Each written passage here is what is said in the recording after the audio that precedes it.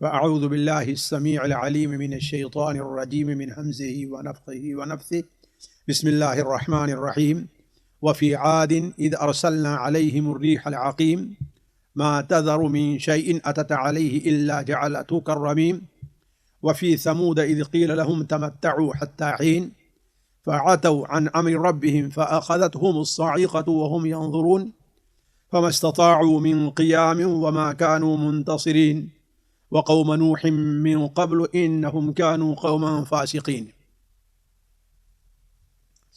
ساتھیو، پچھلی مجلس جو سورہ ذاریات کی تیسرے مرحلے سے متعلق تھی، یعنی پہلا مرحلہ قیامت کے وقوع اور اس کی آمد کی یقینی اور حقانیت پر گفتگو تھی۔ دوسرا مرحلہ قیامت پر ایمان لانے والے اور ان پر ایمان نہ لانے والوں کے انجام سے متعلق یہ بات تھی، اور تیسرا مرحلہ تاریخی شواہد یہ پیش کیے جا رہے تھے کہ جو لوگ قیامت پر ایمان لاتے ہیں ان کا کیا حشر ہے اور جو نہیں ایمان لے آئیں گے ان کا کیا حشر ہے۔ تو اس سلسلے میں تاریخی شواہد سے متعلق حضرت ابراہیم علیہ السلام اور آپ کی قوم کا ذکر ہے، حضرت لوط علیہ السلام اور ان کی قوم کی تباہی اور بربادی کا ذکر ہے، اور فرعون اور موسیٰ علیہ السلام کے درمیان کیا معاملہ ہوا اور فرعون کی ہلاکت کس طرح سے ہوئی اس کا ذکر ہے۔ اسی سلسلے کو آگے بڑھاتے ہوئے اللہ تبارک و تعالی کچھ تاریخی شواہد اور پیش کر رہا ہے، جن میں حضرت ہود علیہ السلام، حضرت صالح علیہ السلام اور حضرت نوح علیہ السلام کی قوموں کی ہلاکت کا ذکر ہے۔ تو اللہ تبارک و تعالی ارشاد فرماتا ہے وفی عادن، اور عاد کے اندر بھی، عاد کے واقعے میں بھی نشانی ہے۔ کن کے لیے نشانی ہے؟ وہ لوگ جو اللہ تبارک و تعالی کی آیات پر ایمان لے آتے ہیں، جیسا کہ اس سے پہلے حضرت لوط علیہ السلام کے واقعے میں بات ذکر کی گئی وَتَرَكْنَا فِيهَا آيَةً لِلَّذِينَ يَخَافُونَ الْعَذَابَ الْأَلِيمَ، یعنی حضرت لوط علیہ السلام کی بستی جو تھی، اس بستی کا جو انجام ہوا، اس انجام میں اللہ تبارک و تعالی نے جو لوگ اللہ تبارک و تعالی کا ڈر اور آخرت پر ایمان رکھتے ہیں ان کے لیے نشانی ہے۔ تو قوم فرعون کا بھی ذکر آیا وفی عاد، اور عاد کے اندر بھی۔ تو عاد قوم ہے، ان کے اندر بھی نشانی ہے، کس کی؟ درس اور عبرت ہے، کس کے لیے؟ ان لوگوں کے لیے جو دردناک عذاب سے ڈرتے ہیں۔ تو قوم عاد کا ذکر کر کے ان کا انجام بیان کیا گیا کہ اذ ارسلنا علیہم الریح العقیم۔ عاد کے کس واقعے میں؟ اس واقعے میں کہ اذ ارسلنا علیہم الریح العقیم، جب ہم نے ان کے اوپر بھیجا تھا ایک بانجھ ہوا، ایک لا خیری ہوا، ایک ایسی ہوا جس کے اندر کوئی خیر نہیں ہے۔ عقیم اصل میں اس عورت کو کہا جاتا ہے یا اس مرد کو جو بچہ نہ جنے، بچہ جننے کی اس میں صلاحیت نہ ہو، یعنی اس کا کوئی فائدہ نہیں ہے۔ تو اسی طریقے سے ہوا کو عقیم قرار دیا گیا، یعنی نہ ہی اس ہوا کے اندر ایسے مادے تھے کہ اللہ تبارک و تعالیٰ اس کے ذریعے ایک درخت کو دوسرے درخت کی تلقی کا، جوڑے کا معاملہ کرے، اور نہ ہی وہ ہوا پانی لے کر کے آ رہی تھی کہ اس کے اندر کوئی فائدہ ہو، وہ بے فائدہ ہوا تھی۔ اذ ارسلنا علیہم الریح العقیم، تو اللہ تبارک و تعالیٰ نے ارشاد فرمایا کہ جب ہم نے ان کے اوپر ایک بانجھ ہوا، ایسی ہوا جو بے خیری تھی، اس کے اندر کوئی خیر نہیں تھا، جیسا کہ دوسری آیات سے معلوم ہوتا ہے کہ قوم عاد جو اس بات کے دعوے دار تھے کہ من اشد منا قوہ، اور اللہ تبارک و تعالی نے واقعتاً انہیں اتنی قوت دی تھی کہ ان کی مثال دنیا میں نہیں پائی جاتی۔ لم یخلق مثلھا فی البلاد، اللہ تبارک و تعالی نے فرمایا وہ ڈیل ڈول کے بڑے اچھے تھے، طاقت اور قوت کے لحاظ سے وہ بھرپور ان کے اندر طاقت اور قوت تھی، یہاں تک کہ وہ لوگ اپنے زعم کے اندر اور اپنے گھمنڈ میں اللہ تبارک و تعالیٰ کو بھول بیٹھے اور شیطان کے راستے پر چل گئے۔ یہ لوگ، ان کی آبادی جزیرہ عربیہ کے جنوبی جانب یمن اور سعودیہ کے درمیان میں ایک بہت بڑی جگہ، بلکہ عمان کے درمیان میں بھی ایک بہت بڑی جگہ ہے، اسے الربع الخالی کہا جاتا ہے۔ ہماری آپ کی زبان میں اسے ربع خالی کہتے ہیں۔ وہ جگہ جہاں آج کوئی آبادی نہیں ہے، وہ جگہ اللہ تبارک و تعالیٰ کی قدرت کا ایک عجیب مظہر ہے کہ آپ آج ادھر اس کے بغل سے گزریں تو آپ کو ریت کا بہت بڑا ٹیلا دکھائی دے گا، اور کچھ دیر کے بعد یا دوسرے دن آپ کا اگر وہاں سے گزر ہو تو وہاں پر آپ کو برابر زمین دکھائی دے گی، کوئی ٹیلا نہیں ہوگا۔ آج بھی وہاں پر ایسی ہوائیں چلتی ہیں کہ ان ہوا اور ریت کی موجودگی میں قوم عاد کو جو گزرے آج ہزارہ سال ہو چکا ہے، آج بھی وہاں وہ علاقہ آبادی کے لائق نہیں ہے۔ تو اللہ تبارک و تعالی نے شاید وہ ریح، وہ ہوا جو قوم عاد کو ہلاک کرنے کے لیے، جو ہوا 7 رات اور 8 دن، 7 لیال، یعنی وہ 7 رات اور 8 دن جو برابر چلتی رہی ہے، وہ ہوا، اس ہوا کے اندر اتنی خنکی پائی جاتی تھی کہ اس ہوا کے سامنے کسی کا ٹھہرنا مشکل تھا، اور اس ہوا میں اتنی تیزی تھی کہ وہ ہوا بڑے بڑے جسموں کو اٹھاتی اور اتنا اوپر لے جاتی کہ ان کا سر نیچے کی طرف ہوتا اور پیر اوپر کی طرف، اور وہیں سے انہیں پٹک دیتی، تو جب نیچے گرتے تو ان کا سر پچک کر کے یا تنے سے جدا ہو کر کے اس طریقے سے ہوتا کہ گویا کوئی کھجور کا تنا ہے جسے زمین کے اوپر ڈال دیا گیا ہے، یعنی ان کا سر اور ان کے ہاتھ باقی نہیں رہتے۔ تو یہ ہوا ان کے اوپر مستقل 7-8 دنوں راتوں تک چلتی رہی، جس سے ان کے علاقے کی ساری چیزیں، درخت بھی وہاں کے برباد ہو گئے، آگ کا بگولا نہیں بلکہ سردی کی سختی کی وجہ سے کوئی کھیتی بھی وہاں پر باقی نہیں رہ گئی، حتیٰ کہ ان کی آبادی کا بھی کوئی وہاں پر نام و نشان باقی نہیں رہ گیا۔ تو اللہ تعالیٰ فرماتا ہے وَبِعَادٍ إِذْ أَرْسَلْنَا عَلَيْهِمُ الرِّيحَ الْعَقِيمَ، پھر اس آیت کی صفت بیان کرتے ہوئے اللہ تعالیٰ فرماتا ہے مَا تَذَرُ مِن شَيْءٍ أَتَتْ عَلَيْهِ إِلَّا جَعَلَتْهُ كَالرَّمِيمِ۔ مَا تَذَرُ مِن شَيْءٍ، وہ ہوا کسی چیز کو بھی نہیں چھوڑتی ہے جس کے اوپر اس کا گزر ہوا۔ مَا تَذَرُ مِن شَيْءٍ أَتَتْ عَلَيْهِ، جس کے اوپر وہ آئی، جس کے اوپر اس کا گزر ہوا، کوئی ایسی چیز چھوڑا نہیں، إِلَّا جَعَلَتْهُ كَالرَّمِيمِ، مگر یہ کہ اسے ذرہ ذرہ کر دیا۔ رمیم اصل میں کہتے ہیں اس لکڑی کو یا ہڈی کے اس ٹکڑے کو جو اس قدر بوسیدہ ہو جائے کہ اگر ہاتھ سے دبایا جائے تو ریزے ریزے ہو جائے۔ تو گویا اللہ تبارک و تعالی نے اس آگ کے اندر اتنی خنکی رکھی تھی، اتنی خنکی رکھی تھی، اتنی سردی تھی کہ جس چیز کے اوپر سے، ان کے درختوں کے پاس سے، ان کے گھروں کے اوپر سے، ان کے باغات، ان کے کھیتوں کے اوپر سے جب گزری ہے تو ان تمام چیزوں کو گویا بھوس بنا دیا۔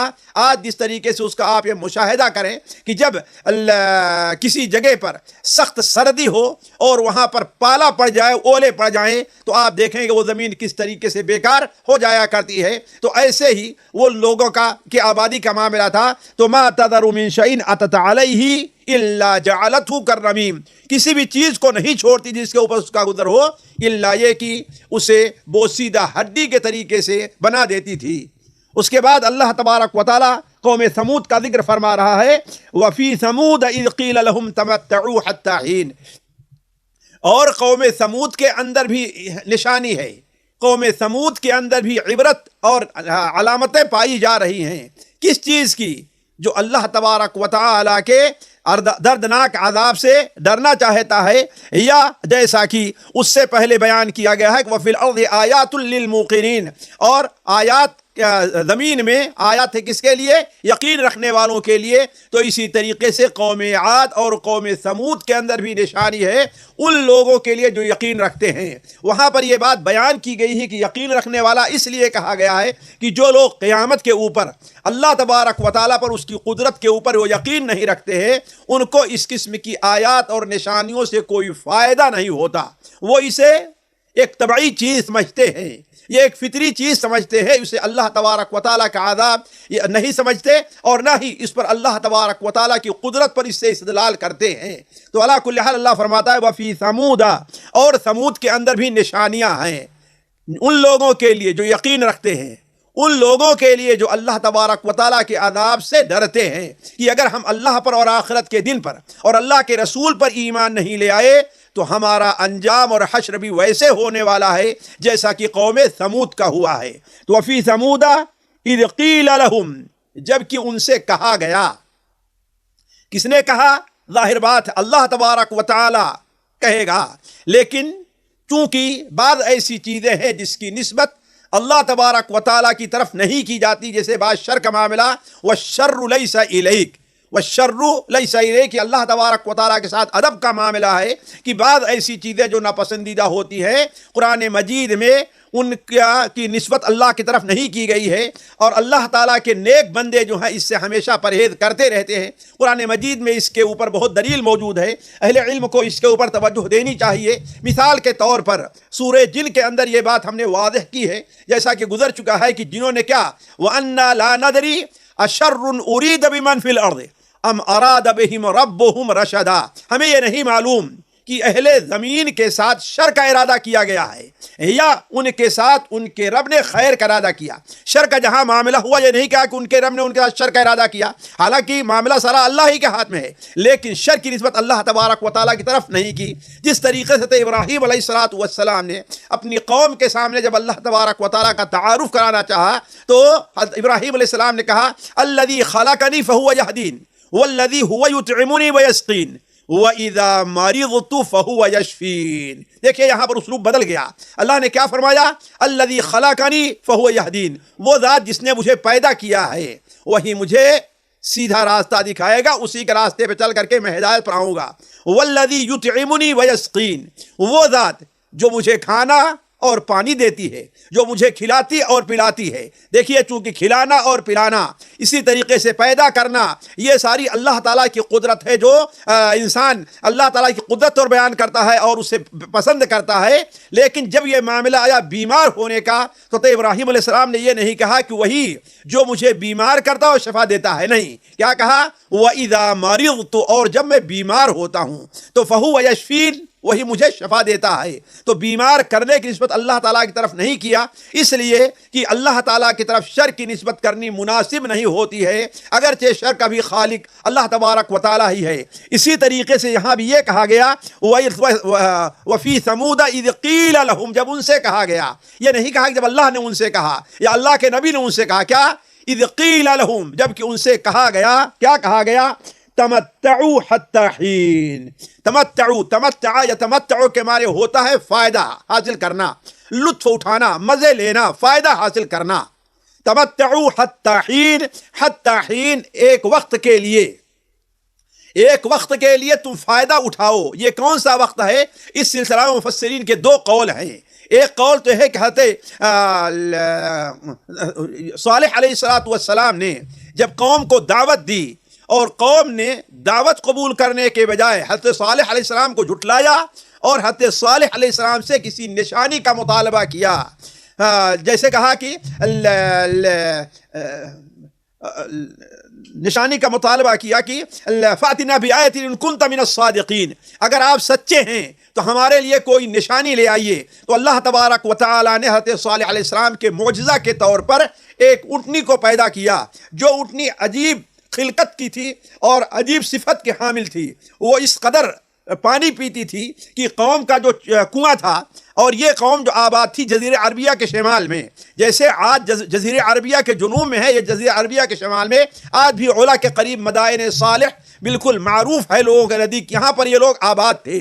تو حضرت صالح علیہ السلام نے کے لیے اللہ تعالیٰ معجزہ کو ایک اونٹنی دی۔ یہ اونٹنی حضرت صالح علیہ السلام کے معجزہ جو ملی تھی وہ عجیب اونٹنی تھی کہ جو ان کے پینے کا چشمہ تھا یا جس کنواں پر وہ لوگ پانی پیا کرتے تھے، تو اونٹنی جب جاتی تو کنویں کا سارا پانی پی جاتی اور ان کے جانور بھوکے رہ جاتے۔ تو حضرت صالح علیہ السلام نے قوم کے درمیان یہ تقسیم کر دیا کہ ایک دن یہ اونٹنی پانی پیے گی اور ایک دن تمہارے جانور پانی پیئیں گے۔ تو اور اونٹنی کی خاصیت یہ تھی کہ اس نے اتنا دودھ دیا کرتی تھی کہ پورے قبیلے کے لیے کافی ہوتا تھا، تو علی کل حال صالح علیہ الصلوۃ والسلام نے یہ باری تقسیم کر دی اللہ تعالیٰ کے حکم سے کہ وَلَكُمْ شِرْبٌ وَلَهَا شِرْبُ يَوْمٍ معلوم، ایک دن تم اپنے جانوروں کو پانی پلاؤ گے اور ایک متعینہ دن میں اونٹنی پانی پیے گی۔ لیکن قوم حضرت صالح علیہ الصلوۃ والسلام کی بات کو ماننے کے لیے تیار نہیں، بلکہ اس اونٹنی کو بھی قتل کر دینے کے درپے ہوئے۔ تو حضرت صالح علیہ السلام نے انہیں سمجھایا، لیکن وہ لوگ مانے نہیں اور اونٹنی کو قتل کر دیا۔ جب قتل کر دیا تو صالح علیہ السلام نے اللہ تبارک و تعالیٰ کے حکم سے انہیں آخری مہلت دی۔ آخری مہلت یہ تھی کہ اب 3 دن کا تمہارے پاس موقع ہے، اگر 3 دن میں تم توبہ نہیں کرتے ہو، اللہ تعالیٰ کے حضور اپنی غلطی کا اعتراف نہیں کرتے ہو، تو اللہ تبارک و تعالیٰ تمہارے اوپر عذاب لے آئے گا۔ چنانچہ کہا جاتا ہے کہ پہلے دن ان کی صورت پیلی پڑ گئی، دوسرے دن ان کی صورت لال ہو گئی اور تیسرے دن کالی پڑ گئی۔ یہ 3 مرحلے ہوئے ہیں۔ جب وہ قوم پوری قوم جب ایمان نہیں لے آئی تو اللہ تبارک و تعالیٰ نے ان کے اوپر صیحہ کا، رجفہ کا، یا جیسا کہ کہا گیا ہے کہ ان کے اوپر طاغیہ کا، یا ان کے اوپر صاعقہ، یہ 4 الفاظ آئے ہیں، جس کی مختصر تفصیل یہ ہے کہ حضرت صالح علیہ السلام نے جو وقت دیا تھا اللہ تعالیٰ نے انہیں وہاں سے ہٹایا اور فلسطین یا مکے کی طرف وہ آ گئے اور ان کے اوپر اللہ کا عذاب آتا ہے۔ زور سے آسمان کی ایک چیخ اٹھتی ہے، زمین میں عجیب قسم کا زلزلہ پڑ جایا کرتا ہے، اور اس چیخ جو اٹھی ہے اس کے ساتھ صاعقہ یعنی بجلی تڑپی ہے، اور بجلی کے لیے وہاں سے اوپر سے ایسی آگ آئی ہے جس نے سب کو جلا کر کے رکھ دیا ہے۔ تو اللہ تعالیٰ اسی مطلب فرمایا کہ تمتعوا حتی حین، ایک مدت کے لیے تم فائدہ اٹھاؤ۔ دوسرا مدت کے لیے فائدہ اٹھانے کا معنی یہ مفسرین نے کیا ہے کہ حضرت صالح علیہ السلام نے انہیں اپنی دعوت کے ابتدا ہی کے اندر انہوں نے حضرت صالح علیہ السلام نے ان سے کہا تھا کہ اگر تم لوگ ایمان لے آتے ہو تو اللہ تبارک و تعالیٰ اس دنیا میں تمہیں ایک مدت تک رہنے کی، امن کے ساتھ اور چین کے ساتھ تمہیں زندگی گزارنے کی کو مہلت دے گا، ورنہ اللہ تعالیٰ تمہیں ہلاک اور برباد کر دے گا، یعنی تمہارے اوپر کوئی عذاب نہیں آئے گا۔ البتہ جیسے عام لوگوں کی عام موت ہوا کرتی ہے، فطری موت ہوتی ہے، بیماری سے یا اس موت سے تم لوگ مرو گے، البتہ کوئی عذاب نہیں آئے گا۔ تو اللہ تعالیٰ وہی فرماتا ہے کہ قیل لہم تمتعوا حتی حین، جب ان سے کہا گیا کہ ایک مدت کے لیے تم لوگ فائدہ اٹھاؤ، اور وہ مدت کیا تھی؟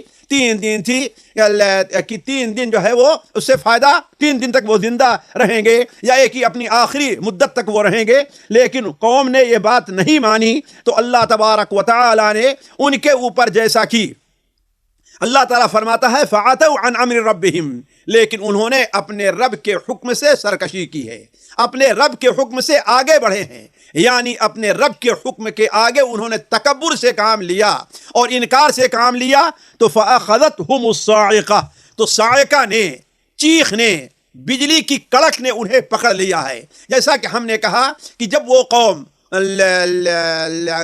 اس جانور کو ہلاک کر دی اور جانور ہلاک ہو گیا اور وہ اونٹنی ہلاک ہو گئی، اور حضرت صالح علیہ السلام نے ان سے یہ کہا کہ اب تمہارے لیے 3 دن کی مہلت ہے، تو اس 3 دن میں بجائے کہ وہ اللہ تعالیٰ کے عذاب سے ڈر کر کے وہ توبہ کریں، اللہ تعالیٰ کے حضور اپنی غلطی کا اعتراف کریں، ان لوگوں نے آپس میں یہ مشورہ کیا کہ صالح علیہ السلام ہی کو قتل کر دیا جائے۔ قالوا تقاسموا بالله لنبيتنه واهله ثم لنقولن لوليه ما شهدنا مهلك اهله وانا لصادقون، یعنی آپس میں ایک دوسرے سے طے کیے اور قسمیں کھائی کہ رات میں اکٹھا ہو کر کے سارے لوگ صالح کا معاملہ تمام کر دیتے ہیں، اس لیے کہ ہمیں اللہ تعالیٰ کے عذاب کی دھمکی دے رہا ہے۔ تو اللہ تعالیٰ اس سے متعلق فرماتا ہے کہ فأخذتهم الصاعقة، چیخ نے، کڑک نے انہیں پکڑ لیا، وَهُمْ يَنظُرُونَ، اور وہ دیکھ رہے تھے، یعنی وہ دیکھ رہے تھے کڑک آ رہی، آسمان سے بجلی کڑک رہی ہے،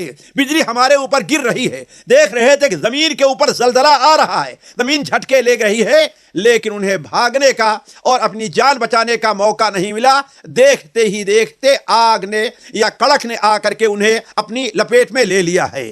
یا دوسرا معنی یہ بھی ہو سکتا ہے جو کہا ہے کہ وہ ینظرون، وہ انتظار کر رہے تھے، وہ انتظار کر رہے تھے جس کا اسی وہ عذاب نے آ کر کے ان کا معاملہ تمام کر دیا۔ فَمَا اسْتَطَاعُوا مِنْ قِيَامٍ وَمَا كَانُوا مُنْتَصِرِينَ، یعنی ان کے دیکھتے ہی دیکھتے فما استطاعوا من قیام، وہ کھڑے نہیں ہو سکے. یعنی جب عذاب ان کے اوپر آیا ہے، چیخ جب ہوئی ہے، اس لیے کہ زلزلہ جب آیا ہے زور کا، تو وہ کھڑے نہیں رہ سکے، بیٹھ گئے ہیں. اور جب اوپر سے کڑک آئی ہے تو اپنے سر کو انہوں نے نیچے اوندھا کر لیا، اپنے کانوں کو دبا کر کے، اور انہیں سنبھلنے کا موقع نہیں ملا. اللہ کے عذاب نے انہیں آ کر کے پکڑ لیا. فما استطاعوا من قیام وما كانوا منتصرین، اور وہ لوگ بچنے والے بھی نہیں تھے، مدد کرنے والے، کوئی ان کی مدد کرنے والا نہیں تھے، یا کسی کی مدد نہیں بھی کر سکتے تھے. اس لیے کہ انتصار کے معنی دو ہوتا ہے، ایک تو بدلہ لینے کے ہوتا ہے، اور ایک جو ہے وہ مدد کرنے کے ہوتا ہے. تو نہ اپنی مدد کر پا رہے تھے، نہ ہی اللہ تبارک و تعالی سے کے عذاب سے اپنے کو بچا پا رہے تھے. اللہ کے عذاب سے بچا بھی نہیں. فما استطاعوا من قیام وما كانوا منتصرین، تو نہ وہ کھڑے ہونے کی ان کو استطاعت تھی، اور نہ ہی وہ اپنے آپ کو بچا پا رہے تھے. اس کے بعد اللہ تبارک و تعالی نے حضرت نوح علیہ السلام کی قوم کا حوالہ دیا جو ان لوگوں سے پہلے تھے. اللہ تعالیٰ فرماتا ہے وَقَوْمَ نُوحٍ مِّن قَبْلُ، اور قوم نوح کے اندر بھی نشانیاں ہیں. تم یاد کرو قوم نوح کو، ان کے اندر بھی علامتیں ہیں. وَقَوْمَ نُوحٍ مِّن قَبْلُ، اس سے پہلے إِنَّهُمْ كَانُوا قَوْمًا فاسقین، تو ان کے اوپر عذاب اس لیے آیا ہے کہ یہ لوگ ایک فاسق قوم تھے. فاسق وہ ہے جو اللہ تبارک و تعالیٰ کے احکام سے تجاوز کرے. فاسق بول کر کے قرآن مجید کے اندر فسق اصغر بھی بولا لیا گیا اور فسق اکبر بھی، یعنی کافر. فاسق بول کر کے کافر، تو یہاں پر کافر مراد ہے. تو وقوم نوح من قبل، اور اس سے پہلے قوم نوح کو بھی ہم نے ہلاک کیا، یا قوم نوح کے اندر بھی نشانیاں اور آیات ہے. انہم کانوا قوما فاسقین، یہاں یہ چیز غور کرنے کی ہے، جس طرف بعض مفسرین نے اشارہ کیا ہے کہ اللہ تبارک و تعالی نے یہاں 4 قوموں کی ہلاکت کی طرف کا مختصر ذکر فرمایا ہے. موسیٰ علیہ السلام کی قوم یعنی فرعون کا، قوم عاد کا، قوم ثمود کا، اور قوم نوح کا. اور ان چاروں لوگوں کی ہلاکت ان 4 چیزوں سے ہوئی جو انسان کے لیے نہایت مفید اور ضروری ہیں. لیکن وہی چیز جو ان کے لیے نہایت ہی مفید ہے اور نہایت ہی ضروری ہے، جن کے بغیر ان کی زندگی نہیں چلتی ہے، وہی چیزیں اگر اس کا انہوں نے صحیح استعمال نہیں کیا اور اس پر اللہ تعالیٰ کا شکر نہیں کیا، تو انہی چیزوں کو اللہ نے ان کی ہلاکت کا سبب بیان کر دیا. اس لیے کہ انسان کے اس دنیا میں زندگی بسر کرنے کے لیے مٹی، پانی، ہوا اور آگ، یہ 4 چیزیں ہیں جس کی ان کو ضرورت پڑتی ہے، اور بغیر اس کے ان کی زندگی کا مرحلہ چل نہیں سکتا ہے. مٹی، پانی، ہوا اور آگ. اور یہ 4 قومیں جن کا ذکر ہوا، اللہ تبارک و تعالی نے ان 4 قوموں کی جو ہلاکت انہی 4 چیزوں کے ذریعے کی ہے. مثال کے طور پر فرعون کو پانی میں ڈبایا اللہ تبارک و تعالی نے. قوم عاد کو اللہ تبارک و تعالی نے ہوا سے، وہ ہوا جو کہنے کو انسان کے لیے بہت ضروری ہے، بغیر ہوا کے انسان زندہ نہیں رہ سکتا ہے، وہی ہوا انسان کی ہلاکت کا سبب بنتی ہے. اسی طریقے سے قوم ثمود کو اللہ تعالیٰ ان کے اوپر بجلی کی کڑک، زلزلہ آیا اور بجلی کی کڑک آئی، یعنی گویا آگ سے ہلاک کیا. اور قوم فرعون کا معاملہ واضح ہے کہ اللہ تبارک تعالیٰ انہیں پانی سے عذاب دیا تھا، اور اس طریقے سے فرعون کو پانی کا عذاب دیا. تو اللہ تبارک و تعالیٰ نے انہی 4 چیزوں کے ذریعے، جو 4 چیزیں ان کی زندگی کے لیے نہایت ہی مفید ہیں، ان کے لیے نہایت ہی مضر ثابت ہوئیں. تو اس سے اللہ تعالیٰ گویا اشارہ کرنا چاہتا ہے کہ جو چیز تمہارے لیے اس قدر مفید ہو، ہم اگر تمہارے لیے اس کو کس قدر مضر بنا سکتے ہیں، تو کیا ہمارے اندر یہ طاقت نہیں ہے کہ ہم دوبارہ تم کو زندہ کر سکیں؟ یقیناً ہمارے پاس طاقت ہے. آگے اللہ تبارک و تعالی بلکہ اس صورت میں گویا کہ ایک اور نیا مرحلہ شروع ہو رہا ہے، وہ اب وعد کی طرف صورت کا رخ ہو گیا ہے، اور اللہ تبارک و تعالی لوگوں کو عقیدے اور اللہ تبارک و تعالی کی طرف رجوع کی اللہ تعالی دعوت دے رہا ہے. پہلے کچھ چیزیں بطور جیسے ہوتا ہے نا، بطور دلیل کے اللہ پیش فرما رہا ہے کہ والسماء بنیناها بأید وإنا لموسعون. والسماء بنیناها، اور آسمان بنیناها، اسے ہم نے بنایا. والسماء بنیناها، آسمان اسے ہم نے بنایا. اللہ نے آسمان کو بنانے کا ذکر کیا ہے. کیوں؟ اس لیے کہ آسمان کی مثال بنا اور چھت کی ہے. اس لیے آپ دیکھیں گے ایسا لگے گا کہ آسمان خیمے کے طریقے سے جس قدر دور ہوتا جائے گا دائیں بائیں ایسا لگے وہ زمین کے ساتھ کیا ہے وہ لگا ہوا ہے. تو والسماء بنیناہا اور آسمان بنیناہا ہم نے اسے بنایا ہے بِأَيْدٍ اپنی قوت سے ہم نے اسے قوت سے بنایا ہے. یعنی آسمان کو اللہ تبارک و تعالی نے اپنی قدرت اور اپنی طاقت سے اتنا بڑا آسمان بنایا ہے. تو جو اتنے بڑا آسمان کو بنا سکتا ہے وہ اللہ تبارک و تعالی تمہیں دوبارہ زندگی دینے پر بھی قادر ہے اور تمہیں عذاب بھی دے سکتا ہے اگر رسول کے اوپر ایمان نہیں لے آئے تو. والسماء بنیناہا بِأَيْدٍ وَإِنَّا لَمُوسِعُونَ اور ہم موسع ہیں, ہم اس کی طاقت رکھتے ہیں. موسعون کا 3 معنی مفسرین نے کیا ہے. ایک معنی تو ہے کہ اللہ تبارک و تعالیٰ کی صفت کے طور پر ہے کہ اللہ تبارک و تعالیٰ بیان وَإِنَّا لَمُوسِعُونَ ہم قدرت والے ہیں, اس لیے ایک وسعت کا معنی ہمارے یہاں قدرت بھی کیا جاتا ہے. جیسے کہتے ہیں کہ فلاں کے پاس اگر وسعت ہے تو اتنا خرچ کرے, یعنی اگر قدرت ہے ملا ہے اسے. تو اللہ تبارک و تعالیٰ نے آسمان کو قوت سے پیدا کیا. عید یہاں پر آدا یعید و ایدن سے ہے جس کے معنی قوت کے ہوتا ہے. ذل عید یعنی قوت والا, نہ عید یا کہ یہاں پر عید ید کی جمع نہیں ہے. یعنی یہ نہیں کہ آسمان کو ہم نے اپنے ہاتھ سے پیدا کیا, نہیں, بلکہ کیا ہے بِأَيْدٍ اپنی قدرت سے ہم نے پیدا کیا. جیسا کہ حضرت عبداللہ ابن عباس رضی اللہ تعالیٰ عنہما کی تفسیر ہے وَإِنَّا لَمُوسِعُونَ اور ہم اس کی قدرت رکھتے بھی ہیں. دوسرا معنی مفسرین نے جو کیا ہے وہ کیا ہے, وسعت کا معنی کیا ہے وَإِنَّا لَمُوسِعُونَ اور ہم اسے وسعت دینے والے ہیں. مفسرین یہ بات کہتے ہیں کہ آج علم حدیث بھی, سائنس بھی اس بات کا اقرار کرتی ہے کہ یہ جو کائنات ہے اس کے اندر اضافے بھی ہو رہے ہیں, زمین کی وسعت بھی بڑھ رہی ہے اور آسمان جو ہے اس کی وسعت بھی بڑھ رہی, واللہ عالم. تو علی کل حال موسعون کا دوسرا معنی یہ بھی ہو سکتا ہے کہ ہم اسے وسعت دے رہے ہیں, لیکن ظاہر بات پہلا معنی زیادہ واضح آ رہا ہے کہ والسماء بنیناہا بِأَيْدٍ وَإِنَّا لَمُوسِعُونَ وَالْأَرْضَ فَرَشْنَاهَا اور ہم نے زمین کو بچھایا ہے, زمین کو بچھایا ہے. دیکھیے حالانکہ آسمان کو بھی اللہ نے پیدا کیا اور زمین کو بھی اللہ نے پیدا کیا, لیکن دونوں چیزیں ہمارے اور آپ کے فائدے کی ناحیت سے 2 حیثیت رکھتی ہیں. آسمان ایک بنا گھر ایک چھت کی حیثیت رکھتا ہے اور زمین ایک بستر اور بچھونے کی حیثیت رکھتی ہے.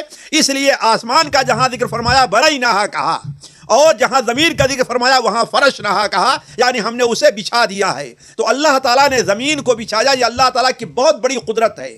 نہ زمین کو صرف پہاڑ اور وادیاں بنائی کہ انسان کے لیے رہنے کی جگہ نہ ہو, نہ ہی زمین کو ایسا دلدل بنایا جس کے اوپر انسان چل نہ سکے, اور نہ ہی زمین کو اتنا سخت بنایا ہے کہ انسان کا اس کے اوپر زندگی بسر کرنا مشکل ہو جائے. نہیں, انسان کو زمین کو اللہ تعالیٰ نے سخت اس معنی میں کہ آسانی سے اس کے اوپر چل سکتا ہے اور اس پر سینکڑوں منزلہ بلڈنگیں تیار کر سکتا ہے, اور اس طریقے سے زمین کو نرم بنایا ہے ذلول کہ زمین کو انسان کھود سکتا ہے اور زمین کو اپنی ضرورت کے لیے استعمال کر سکتا ہے.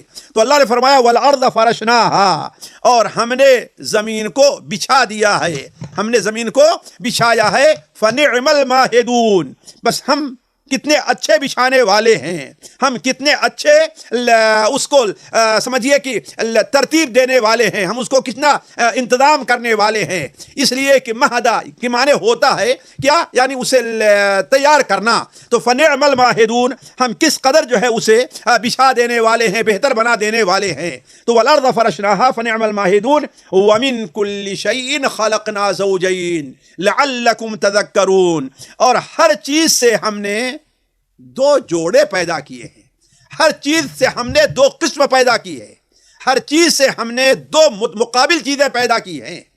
لعلکم تذکرون تاکہ تم لوگ جو ہے عبرت حاصل کرو کہ جو ذات ہر چیز سے 2 جوڑے پیدا کر سکتی ہے وہ ذات دوبارہ تمہیں زندہ کرنے پر جہاں قادر ہے وہ ذات, لیکن اپنے طور پر وہ تنہا ہے, اکیلی ہے, اس لیے کہ وہ مخلوق نہیں ہے, وہ خالق ہے. بلکہ اور مخلوق جتنی چیزیں ہیں وہ سارے کے سارے جوڑے ہیں. یہ جوڑے چاہے نر اور مادہ کی شکل میں ہوں, یا یہ 2 جوڑے جیسے آسمان ہے اور زمین ہے, نرم ہے اور گرم, سرد ہے اور گرم ہے, اسی طریقے سے سخت ہے اور نرم ہے. اس جتنی چیزیں دیکھ لیجئے, خوشی ہے اور غمی ہے, اللہ تبارک و تعالیٰ نے ہر چیز کو ڈبل بنائی ہے. کوئی ایسی چیز نہیں ہے جو نہ ہو, یعنی ہر چیز ہے جس کا اس کا مخالف موجود ہے. تو وَمِن كُلِّ شَيْءٍ خَلَقْنَا زَوْجَيْنِ, اور ہر چیز کو ہم نے کیا بنایا ہے؟ دو قسم بنائی ہے یا جوڑا بنایا ہے. لَعَلَّكُمْ تَذَكَّرُونَ, تاکہ تم لوگ جو ہے عبرت حاصل کرو. آخر میں اللہ تعالیٰ فرماتا فَفِرُّوا إِلَى اللَّهِ. اس پر تفصیلی گفتگو میں اگلے ہفتے کروں گا, لیکن اس کا ترجمہ سنتے فَفِرُّوا إِلَى اللَّهِ إِنِّي لَكُمْ مِنْهُ نَذِيرٌ مُبِينٌ. تو جو ذات اتنی قدرت والی ہے, جو ذات اتنی اپنے اندر جو ہے طاقت رکھتی ہے, وہ ذات اس لائق ہے کہ اس ذات سے ڈرا جائے, وہ لائق ہے کہ اس کے احکام کو مانا جائے, وہ ذات اس لائق ہے کہ اس کی فرما برداری کی جائے. تو فَفِرُّوا إِلَى اللَّهِ, اس لیے کہ اس کے علاوہ کہیں اور بھاگ جانے کی جگہ نہیں ہے. تو فَفِرُّوا إِلَى اللَّهِ, پس دوڑو اللہ تبارک و تعالیٰ کی طرف, بھاگ کر کے آؤ اللہ تبارک و تعالیٰ کی طرف. انی لکم منہ نذیر مبین, بلا شبہ میں تمہارے لیے ایک واضح ڈرانے والا ہوں. باقی باتیں اگلی مجلس میں آپ کے سامنے ہم اس آیت سے متعلق رکھیں گے. تب تک کے لیے آپ سے اجازت ہے. والسلام علیکم ورحمۃ اللہ وبرکاتہ. ہمارے علمی اور عوامی دروس اور سوال و جواب کی مجلسوں سے آپ خود بھی مستفید ہوں اور اپنے دوست و احباب کے ساتھ بھی شیئر کریں. عین ممکن ہے کہ آپ کے شیئر سے کسی کی اصلاح اور آپ کے لیے صدقہ جاریہ بن جائے. واٹس ایپ پر اسلامک میسج حاصل کرنے کے لیے نمبر نوٹ فرمائیں. یعقوب عزیز 00966 5089 59707. واٹس ایپ سوال جواب گروپ میں ایڈ ہونے کے لیے نمبر نوٹ فرمائیں. عبدالسلام عمری 00966 5026 622. نمبر بھیجتے ہوئے نام اور پتہ ضرور لکھیں. اسی طرح ہمارے یوٹیوب چینل اسلامی دعویٰ کو ضرور سبسکرائب کریں تاکہ ہماری ہر نئی اور اہم ویڈیو کی اطلاع آپ کو فوری حاصل ہو جائے. تمام دروس، مقالات اور سوال جواب سیریز کے لیے ہماری مشہور ویب سائٹ www.islamidawah.com کا مشاہدہ کرتے رہیں. السلام علیکم ورحمۃ اللہ وبرکاتہ.